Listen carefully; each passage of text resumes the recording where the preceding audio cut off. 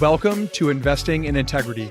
I'm Ross Overline, CEO and co-founder of Scholars of Finance, a rapidly growing organization on a mission to inspire character and integrity in the finance leaders of tomorrow. If you're an investor, finance professional, or student aspiring to make an impact with capital, this show is for you. Investing in Integrity brings you conversations with leading minds in finance to help you learn how you can make finance a force for good by investing in integrity.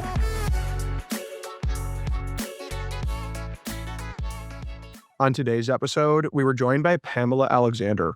Pam is the head of corporate citizenship at KKR, where she's leading the philanthropy and volunteer and employee engagement efforts at one of the largest private equity firms on the planet. Pam has had a multi-decade career dedicated to community building.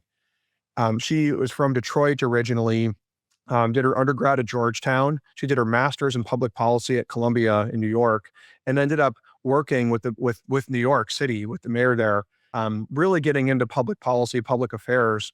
And she ended up pivoting back over to Ford and their corporate finance team, and spent a number of years at Ford, well over a decade at Ford, where she ultimately moving back to Ford, where she joined their corporate finance team and then ended up moving into corporate citizenship and CSR roles there, ultimately helping lead the efforts of the Ford Motor Company Fund.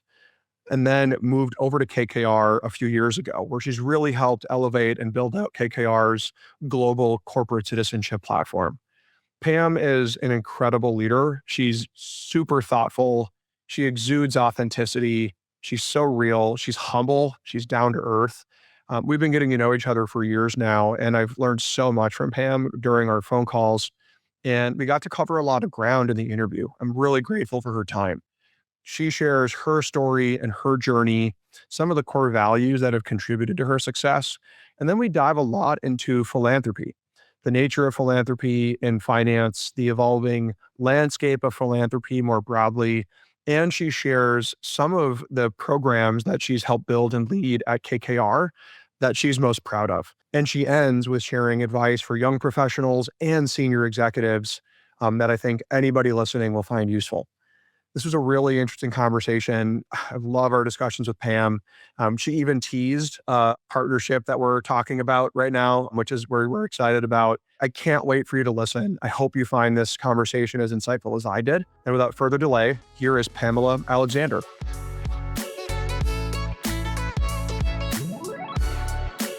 Pamela Alexander, it is such a pleasure to have you on the Investing in Integrity podcast. After all of our one-on-ones where we get to have such deep, interesting conversations, I'm glad that we get to share this one with the world and with our community. We have a lot of ground to cover and so much to dive into. Can you begin by sharing how are you doing and where you're calling in from? I'm doing great. And thank you so much for letting me speak with you today, Ross. Like you said, we've had some great conversations. So I feel like, okay, we're just taping one this time. I'm in Michigan. My youngest just finished up business school and is starting a new job. And so we're in the process of moving him from Washington, where he was, to his new job. So lots of suitcases, lots of excitement, but kind of closing out the summer doing that with him. Well, congratulations to Ben. And if he listens to this interview, thank you, Ben, for being our tech support and getting this interview set up today. We appreciate you. Pamela, there's so much ground to cover and never enough time. Can you start by walking our listeners through your life and career journey? I can do that, of course. Um, I am from Detroit and grew up in Detroit, where the city and the community kind of lived or died by three companies and their well-being. The three car companies, it was Ford, GM, and Chrysler at the time. And I grew up just with this inherent curiosity and awareness of how businesses show up in the communities in which they operate affect communities. So I was growing up with that mindset before I even knew what that mindset was.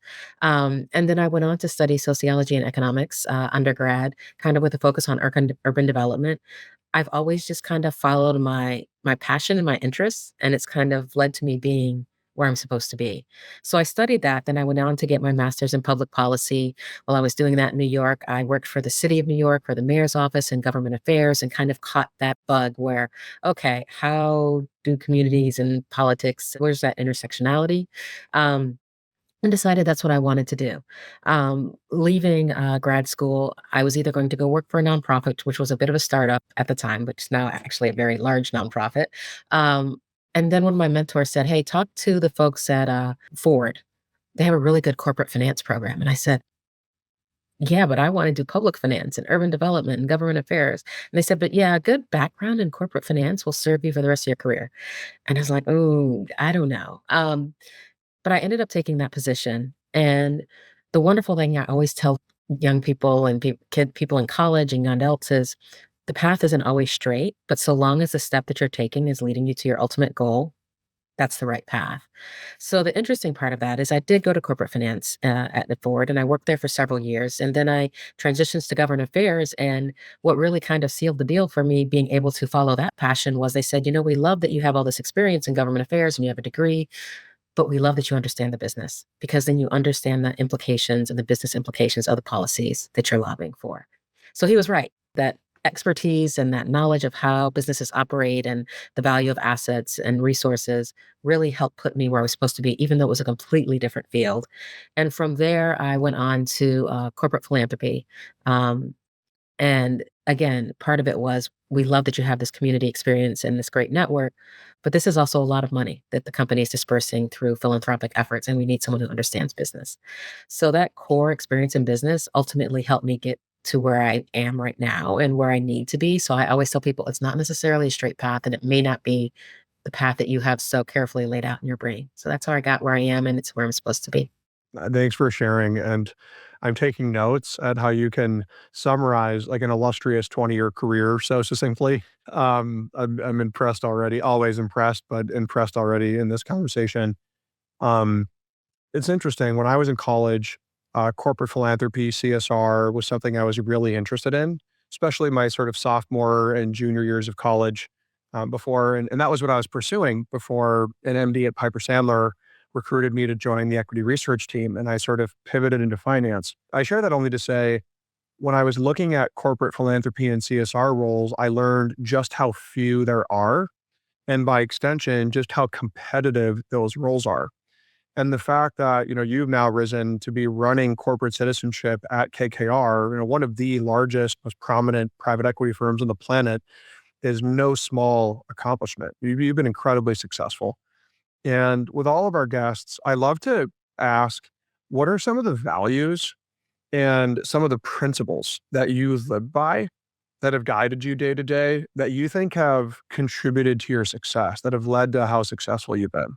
I think that humility, first off, when I was and a lot of people, you mentioned CSR. Some places it's CSR, some places it's corporate citizenship, some places it's corporate philanthropy. But it's really about how businesses and how companies show up in communities as a corporate citizen. And so when I think about that, authenticity is key. Authenticity, you have to be true to the business, you have to be true to yourself, you have to be very humble. I got some great advice when I first stepped into a semi leadership role in my previous position in my previous company. They said, "You'll never be more smart or more beautiful than when you have this job." Because when you're in philanthropy, people are always saying, "Oh, that you're building relationship. Oh, that's so wonderful. That's such a good idea. That's so smart." And it was just kind of our funny way of saying, "Don't let this role go to your head." And I've seen some people where they do start thinking that it's about them when it's really not about them. It's about the company that they're serving and the communities that they've been tasked with, given the challenge to support. So it's really not about an individual in terms of leadership and corporate philanthropy. I think some people do get tripped up on that they start thinking it's about them when it's not. It's about communities and it's about the company. And I always have foremost in my mind, I am doing a job for this company, and I have to stay true to that. Humility and authenticity. Um, I think so critical today. We'll talk about this later, but in the financial sector, there's so much money, there's so much influence, there's so much power. One of our principles at SOF is guard against greed and hubris. All that money and power and influence can really get to people's heads, right? And so I think humility, one of our core values here at SOF, as you know, we argue one of the most important, if not the most important value we teach for that reason, to like stay grounded. I'm really curious to hear how you've stayed grounded right? When it is so common that, if for people in these roles, it becomes about them. Like, how have you sort of guarded against some of those natural risks, and how have you remained grounded in like humility and authenticity? I stay grounded in who we serve, both from a company perspective, making sure that you're speaking with individuals at the company at all levels in terms of why this matters is important internally. Externally, I've always volunteered and engaged my kids and my family um, in programs and volunteering that reminds you who you serve and how incredibly lucky we are to be sitting in the seats we are in and doing what we do. Um, it's something that, it's just part of who I am. We have spent our family for years growing up. My son Ben, who's our tech support today, grew up on Thanksgiving. Before we celebrated Thanksgiving, we were packing meals for senior citizens because the programs that provide, the daily Meals on Wheels don't provide meals on the holidays, some of them, because they assume that people will be with their families. At least they did in the past.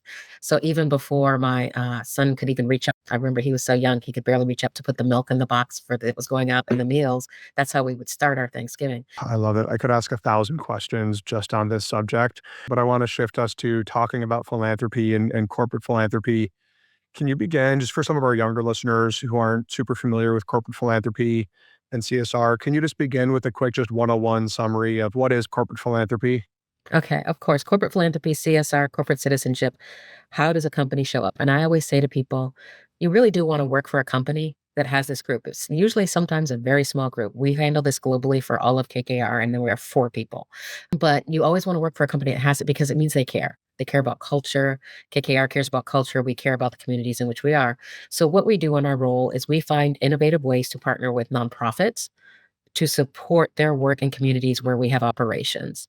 Um, Sometimes it's about funding, sometimes it's about volunteering, whether it's time or talent. A lot of it is sharing expertise. Um, but we find this sweet spot where we can work with nonprofit partners that are aligned with our strategic priorities, and I'll talk about those later, to support communities where we have operations and locations. And it differs, right? We're global. It's very different in Asia than it is in Europe than it is in North America. So we have to have kind of a global strategy that is globally innovative and locally adaptable because we want to meet communities where they are. Right. The philanthropic landscape has changed so much over the past decade. It changes constantly, from the rise of impact investing to shifting stakeholder expectations. How have you seen the landscape of corporate philanthropy evolve over the last 10 years? There has been a real evolution. And then, of course, you have the beast that is COVID sitting right in the middle there that really reshaped some of the philanthropy as well. For a while, and coming from a company that a lot of companies have these legacy philanthropic programs that have been around for decades, right? A lot of times it was event support, and then it kind of morphed into program support. Companies wanted to be very specifically tied to programs, and that's because, quite frankly, for a company that is publicly traded, we have shareholders that we have to answer to. So when someone says, "Why are you supporting this organization?" or "How does it align with who we are as a company?" There has to be you have to be able to explain that you're providing this benefit. So there was a lot of shift to, and I heard it from a lot of nonprofit partners. A lot of corporations are saying we have to do program support because we have to be able to just demonstrate impact. COVID hit, there's a bit of a shift. And again, this varies geographically into trust based philanthropy, which was kind of a shift a little bit away from the program support to say, okay, we're going to give you this funds. We're not going to necessarily have them restricted to a specific program. We trust you to do what you need to do with the funds.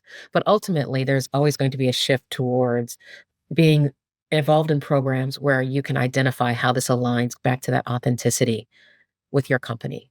At KKR, we're very much focused on philanthropic and community programs that improve economic mobility. Makes sense, right? That's what we do, right? We work with companies, we invest in funds that help those companies improve. And so, why wouldn't we apply that same expertise to communities and to people? So, our programs are focused on economic mobility, which makes sense.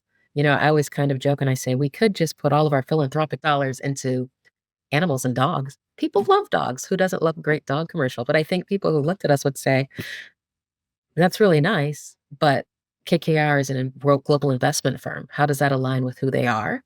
And how are they sharing their expertise and what they know how to do? So we can have a much greater impact by leaning into where we have expertise, which is why we're focused on economic mobility. So I think what you're seeing right now, you're hearing a lot of how does it align with the business? And I think some people hear that on the negative side going, oh, they're just trying to make money. But it's really about how does it align with the business because our impact is stronger. KKR's impact is stronger when we're authentic and we're aligning to programs that we can have an even greater impact on. Right. It's so many interesting points. Trust-based philanthropy, as you call it, is something that the team at Scholars of Finance really, really appreciates. Over half of our funding as an organization are 3 to 5 year unrestricted, just open OpEx, pledges and grants. And I think 90% of our funding is just unrestricted funding. And people are measuring us on number of students we serve, depth of impact on those students. They're seeing every year we're launching new programs. We're launching version 2, version 7, version 11, respectively, of different programs, like actual versions we're launching of different programs this year. Um, and I think that shift into finding really high impact nonprofits and just giving them the money and letting them run with minimal administrative kind of overhead or burden seems like the most efficient way to deploy that capital for impact. And I love this move to aligning to corporate objectives.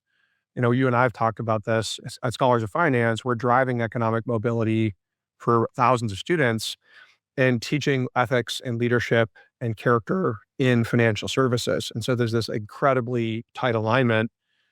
And as we're doing that work with our students, and now increasingly this growing alumni base, um, we've seen such high engagement levels from our alumni wanting to mentor, wanting to speak, um, wanting to give back, right out of college.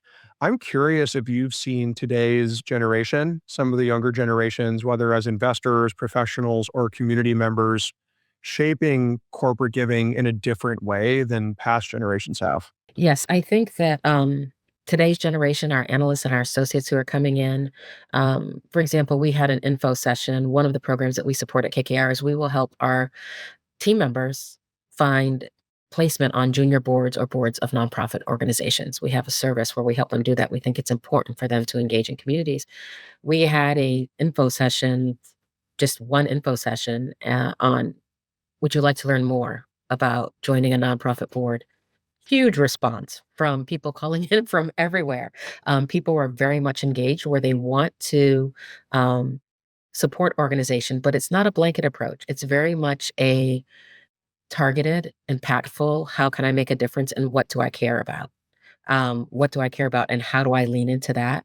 I think that the expectations of impact are higher among this generation in terms of when I was starting out in my career, there were a lot of people who said, oh, we'd like for you all to give to this particular organization. The organization will distribute the funds, and this is an organization we support as a company, right? And people kind of bought into and believed in that narrative.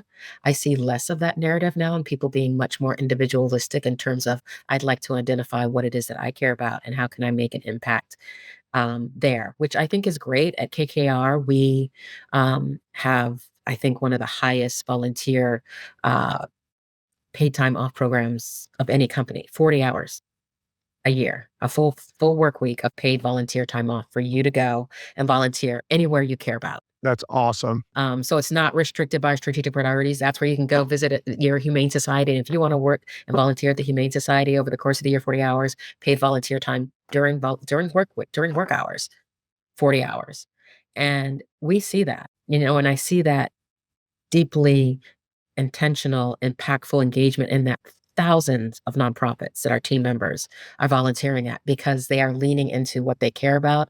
And when our associates and analysts lean into that, they are deeply, deeply engaged. First of all, I hope that anyone listening, any of the executives listening, consider trying to match the bar that you've set, offering 40 paid volunteer hours a year. That's incredible. And it's really cool to see how much KKR has stepped up.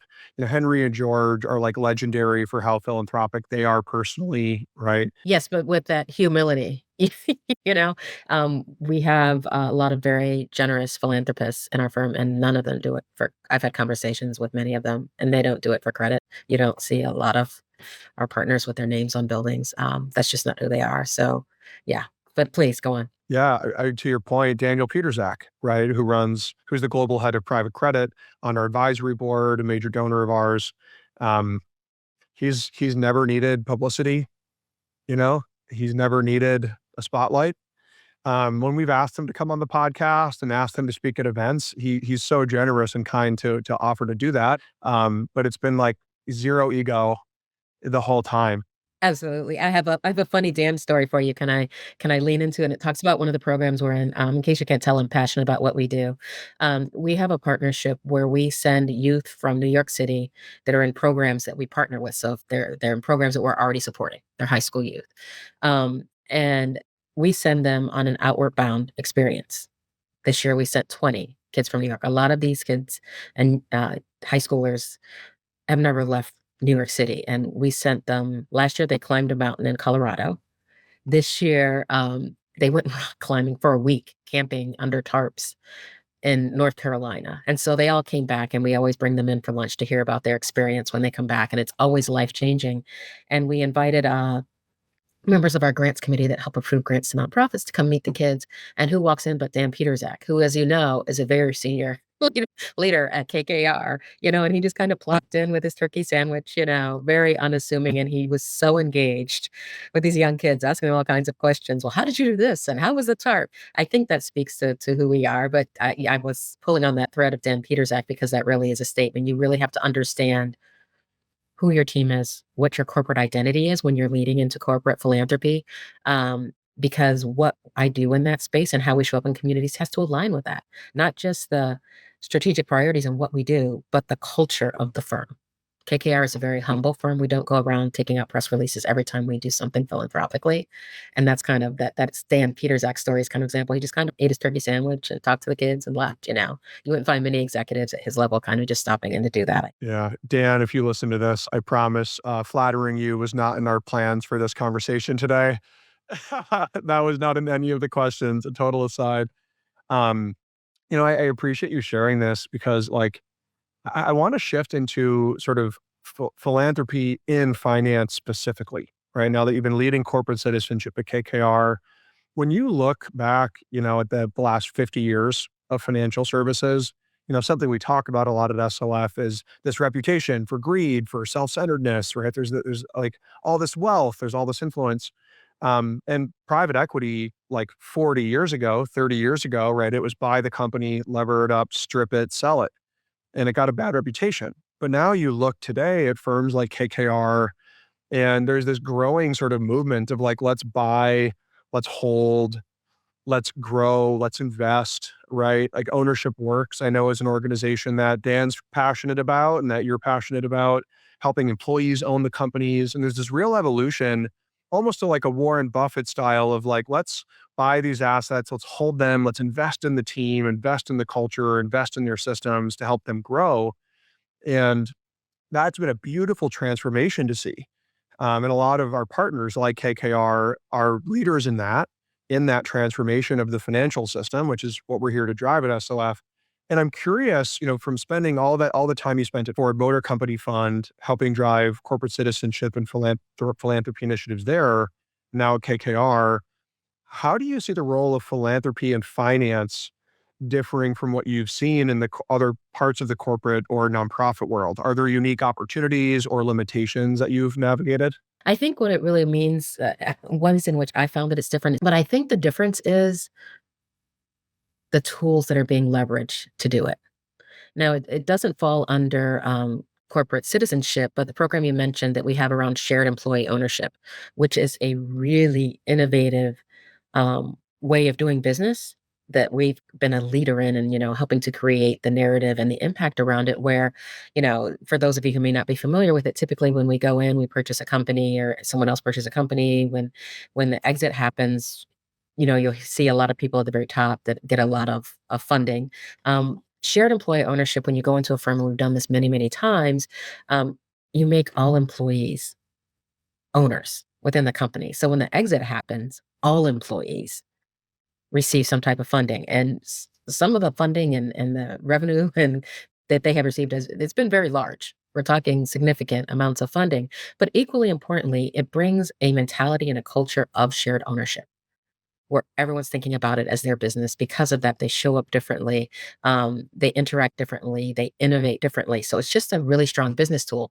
So while that's not corporate philanthropy per se, when you talk about the finance industry and how we're engaging with communities, I think we're using some different levers.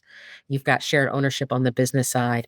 When we look at what we're doing on the innovation side in terms of corporate philanthropy, we're looking at things like blended finance and different financial tools that you can leverage, because another way in which philanthropy is changing is a lot of nonprofits, especially the ones that are very um, are more advanced in terms of how they're looking at the future, and some of them are legacy ones that have always relied on philanthropy. They're saying we need a business model that isn't completely reliant on donations anymore.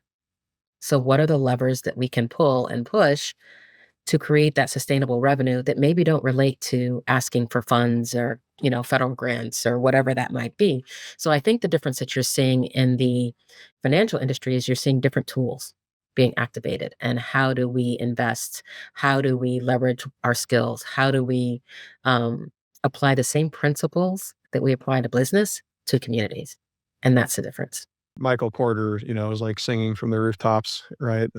Creating shared value, right? That like seminal report about how driving societal progress and like economic efficiency, there's zero fundamental trade-offs over the intermediate and long term. And in fact, aligning, businesses with social needs is the most durable way to drive long-term growth. It's back to your point about taking taking the corporate finance lens, right, of maximizing long-term growth and applying it to solving the community problems, right? And I say this to especially your students who are watching. We have like an analyst and associates orientation in the summer for new analysts and associates. And I'm always going and we have a conversation with them about what we're doing in corporate citizenship and talk to them about how they can volunteer and how we have matching gift. And very often I hear from people very early in their career saying, oh, well, what value could I bring to a nonprofit board? And I've sat on a lot of boards and continue to sit on several boards. Um, One of the skills that's always lacking on a board or needed or welcomed is a financial brain. Right. Someone who understands finance, who understands business, who can understand, when the financial report goes out, that's always the most quiet part of a board meeting because a lot of people aren't as familiar with it. But having that expertise. So I always remind them that these nonprofits can't afford to pay you for what you're capable of doing with your brain. So never underestimate that in terms of what you bring to the table, even as a very junior analyst, even in your first rotation in a career, what you can do and help communities and help nonprofits that are trying to help communities. I was talking earlier about how for a lot of people, finance isn't always the first field people associate with social impact. And it's changing. It's continuously aligning itself more and more as a system towards meeting needs. What role do you believe financial firms should play in driving community investment and social responsibility today? I think regardless of the type of company, I think all companies have a responsibility to show up in communities where they operate. Now, if you're a consumer driven product, it's just good business, right? If you're trying to sell something, it's just good business. And I believe the word is cause marketing for some. But, generally speaking, regardless of the industry, I think a business has a responsibility to kind of show up and pull those levers that they're very uniquely capable of pulling to help communities move forward because it just helps everyone across the board. You've been deeply involved in building out KKR's global corporate citizenship strategy. Can you walk us through some of the most meaningful or impactful programs that you've been working on? Yes, when I came in, I joined KKR just as COVID was ending to kind of start a KKR Corporate Citizenship Level 2.0. Where do we go moving forward? Where do we go as a firm? We were growing very much. I think we doubled in size during COVID in terms of number of people. We're not a massive firm, but we are global. We're in 16 countries or something like that. So, how do we put together a program that is, as I mentioned, globally impactful, locally adaptable, that meets the needs? I am very big on meeting people in communities where they are. Right. The worst thing you can do is try and move them more to where you think they should be. I think going back to your earlier question, that's a mistake that some in my position make is being too prescriptive about what nonprofits need versus listening and hearing from them in the communities. But it was a very exciting time. How often do you get to come in and kind of say, okay, let's lay a map for the future? And as I mentioned, we are focused on economic mobility. We focus on economic mobility, economic security for small businesses and social enterprises, opportunity talent, opportunity youth, and civil servants. We're very, very intentional about our what and our who. And long term, we're looking to create opportunities to grow generational wealth. Typically people sometimes think, okay, that's about home ownership. What it is about growing an asset. Sometimes it's about making a small business more valuable. But part of our task is to break down barriers and create opportunities where they exist. So as you know, Ross, you and I have talked, we have a great program with Cornell's undergraduate business schools, very much focused on wraparound support for first generation students in those business schools. First gen students going in face a lot of challenges. It's not all just financial. It's something as simple as if one of your parents has gone to college and you hit a little bump in your first month or so and you don't know what to do as a first gen, you can't call your parents, right? Where's that support network? So what we've done with Cornell is it's now starting its third year, this accelerated scholar program where we do peer mentoring of first gen upperclassmen who are successful with, peer pods for incoming freshmen and sophomore transfers. And then the upperclassmen mentors get mentors at KKR because they're trying to transition into the work world. And again, having that person to ask questions. So one of our areas we're hyper focused on is that how do we open pathways for first gen students? And I know Ross, you and I have a lot of conversations about how maybe SOF might be able to play a role there with your huge network. But really diving in because that is a challenge. That's a barrier that many first gen students have in terms of navigating that. And so that's one of our priorities. And hopefully, maybe we'll be able to do something with SOF moving forward in that space. But that's one area we're really proud of that. We are very proud. I'm also very proud of the fact that we are truly global. We are in 20 odd countries just in our first couple of years with very impactful programming. We didn't want to be just US. We didn't want to be just New York. We want our community engagement footprint to reflect who we are as a company. And we've been able to do that. So that's something else I'm particularly proud of. And our teammates around the globe are engaged. We just had our very first global week of volunteering, where we encouraged every KKR office around the globe to have at least one volunteer project during a week in July. Some had many, many, many. I think over the course of those 5 days, just in terms of meal prep and meal packing alone, as a family, KKR packed 35,000, more than 35,000 meals in that week. That's just in that, and that's just for the teams that did, kind of meal service and things like that. So we're really excited about that and the commitment of the KKR team. It was fun, tiring, but fun. Right. It's and probably a lot to organize on your end as well, and for your small but mighty team.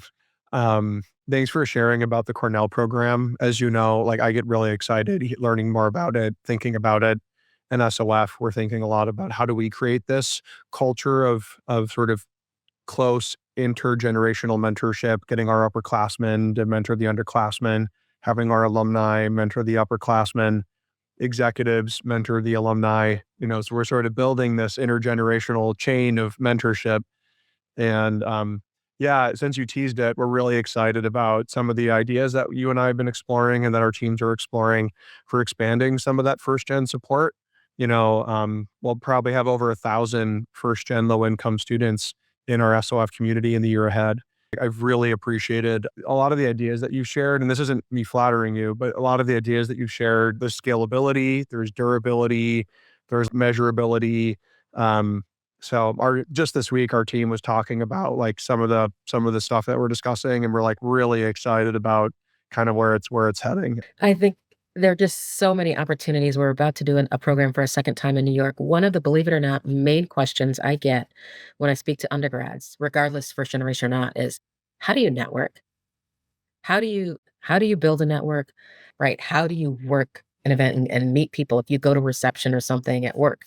How do you go around and talk to people? So we've done this once a few times before, and we're doing it again where we will have college students come in or high school students, usually college students though, and we'll set up a reception with team members, with servers, with beverages, obviously they're non-alcoholic beverages, and we'll have kind of a panel where they talk about their career, and then we'll have like 15-minute sessions where everybody has to work the room And so people get to practice something as silly as holding a beverage in one hand, taking some food that's offered from a plate, still having a conversation with someone, and getting your points across. Basic stuff, right? But we started doing that because the questions we were getting from a lot of our college students were, "How do I do that? What do you do when you go to these receptions?" But you had no idea how to really work a room, and networking, as you know, is so key to success and building that network of mentors and supporters and advocates that we're trying to help them. So that's kind of a fun thing we've been doing of late, and people really appreciate it. To any students listening, I'm in my mid-30s, and I will tell you, I still am trying to figure out how to navigate a reception. I was literally on a call this week with someone like, "Man, is it just because 'cause I've been working from home for 6 years, or I'm introverted, or is it exhausting to try to, like, make small talk and hit 30 people for 5 minutes each?" Like, is it just me here? Or, like, is this as exhausting for everybody else? You know? So, students, don't feel bad. It gets easier, but it never gets easy necessarily. No, you just have to practice. Henry Kravis came up and was speaking at Cornell, so he stopped to meet with our cohort there, and he was just kind of hanging out, talking to all of them because he's a very easy person to talk to. And I was talking to some of the members of the cohort, and they were all kind of standing, talking to each other, and I said, "How many billionaires do you guys know?" And they're like, "None." I go, "Well, he's standing right over there. Get over there. Come on, let's practice. Let's practice networking." And then once people warmed up, and at one point he had a group of 20 people and he was surrounded and he was just turning around, going in circles, talking to people. So that's a skill that we all have to learn, right? That's amazing. I got to see Henry and George do, like, their fireside panel at the Milken conference this spring. So cool. They just seem so down to earth and humble. A little intimidating, even though they seem so down to earth. Because of what they've accomplished. Absolutely, but very easy to talk to. Thanks for sharing. I know we have just a few more minutes left, and I'd love to shift into our rapid fire round that we end every interview with, if that's okay. Sure, I would be happy to. Okay, I'm gonna hit you with some questions. Just give me the first thing that comes to mind. Um, okay. First, what are one or two books that you'd recommend any aspiring leader read? One book, I'm reading it right now. It is a very quick read. You're familiar with John Lewis? The legendary congressman from Georgia, Bloody Sunday. I was honored to know him when he was alive, and before he passed away, he wrote a book for this next generation. It's called Carry On, and it's reflection for the next generation. I remember speaking with him several years ago, and I don't know, something I was kind of in kind of not down, but kind of looking for some inspiration. I said, "I need some words of hope, Congressman Lewis." And his exact words to me were, "I have hope because I'll tell you this young generation is different. They're not the same." He said, "My hope is in this generation." And the book is just little chapters on good days, integrity, humility, which like is a 3-sentence chapter because it's about humility, courage. And I love his words about courage. I know this is not a good lightning round, but real quick, what he says about courage, it is not based in reason or logic, but it's based in your heart and the divine belief that you are on the right path. So when students, professionals, young professionals, mid-career professionals are thinking and having self-doubts, just remember that it's about that inner divine conviction that you are on the right path. That's what courage it is, and not reason. It is not logic. You can't tie it to that. One of my rapid fire questions was gonna be, what is one piece of advice you'd share with young and aspiring leaders? I've got one for that one as well. This is my one piece of advice. Again, I've been very lucky in that a lot of the heroes of the civil rights movement, many of them, Um, I've had some as personal mentors, and one was a woman named Dr. Dorothy Height, who led the National Council of Negro Women. She was the only woman at the table with Dr. King and Dr. Abernathy, the big six, as they say. And she used to tell me, Pamela, she said, when I took a picture with that group, and I think I've told you the story, Ross, when I took a picture with that group, if I stood on the edge of the line, when it went to print, the press would cut me out. They'd crop me out of the picture. And she said, I learned to wait until the last minute and I jumped in the middle of the picture so they couldn't crop me out. So she always said to me, Pamela, never let yourself be put in a position where you can be cropped out of the picture, literally or figuratively. Always put yourself in a place where you can have an impact and you can make a difference and control your destiny. That's amazing. Um, Powerful.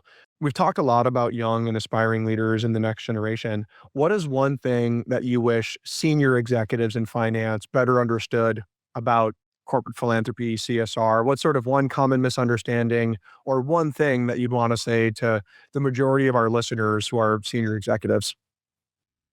I would say a lot of people just think that philanthropy is about giving away money and going to galas. We don't support galas at KKR. We're very much invested in programs, but philanthropy is not about giving away money. What it is about is it is about impact that is aligned with who we are as a business. And I always tell my team, and this goes back to my corporate finance start, when we're approving grants, if we're giving 50,000 to one organization, that's a limited asset that we now can't give to someone else. So whenever we're making decisions about programs we want to work with or grants we want to make, the question is this the best use of these funds? Because it's money we're not putting somewhere else. So I think that for finance executives to understand that this is a strategic advantage for the company that is supportive of communities, but also supportive of companies well. It's not giving away money. I kind of cringe every time someone says that. Amazing. And final rapid fire. This is a softball we give to all of our guests, to our friends of SOF. You've been really generous with your time with Scholars of Finance. We've had a number of one-on-ones. You've given me a lot of advice. We're exploring some really exciting, potential programs together. Here you are on the podcast, sharing your time today. What's inspired you to support Scholars of Finance, and why might you encourage others to do the same? I was very impressed from our first meeting, the impact metrics and things like that you have. It's clearly an organization that is very thoughtful, thought through, and impactful. And then, as you know, I took the time. I visited one of your chapters in Washington, D.C., was really impressed with what they're doing. Um, I know and really just truly believe that mentoring our youth, especially in college, that's such an important part. If we can get that right, we have a lot fewer worries for the future. But I also know that self-doubt, um, limitations in terms of accessibility to pieces of knowledge, information, how to take that next step can just kill you. You know what I mean? It can be so frustrating if you don't know what's out there or how to get to that step. It can take much longer. So I think that programs like this that provide access and knowledge, both to information, to networks, but networks at all level, where you're also bringing in professionals to hear from them, are just invaluable. And sometimes people forget once they've been out how hard that is and how difficult that can be to navigate. But I think that for all finance professionals that are watching this, that's part of our role. Reaching back and extending a hand is part of who we should be and need to be once we've gotten a little bit further in our careers. Pamela, thank you so much. We're so grateful for your support and mentorship. I'd love to have you on again in the future. There's so much more ground to cover. Thank you for your time. Thank you for your support, for all your wisdom today. I'm really excited for our community to hear this, and really excited for what's ahead for our partnership as well. Absolutely. Thank you for having me. Thanks. Thank you for listening to today's episode of Investing in Integrity by Scholars of Finance. I want to share a huge thank you to our advisors, directors, donors, team, and our members who make this all possible. If you like this episode, please leave us a review on Apple Podcasts. And if you have any feedback for us, you can send it to hello@scholarsoffinance.org or by visiting our website. Until next time, please join us on our mission to inspire character and integrity in the finance leaders of tomorrow.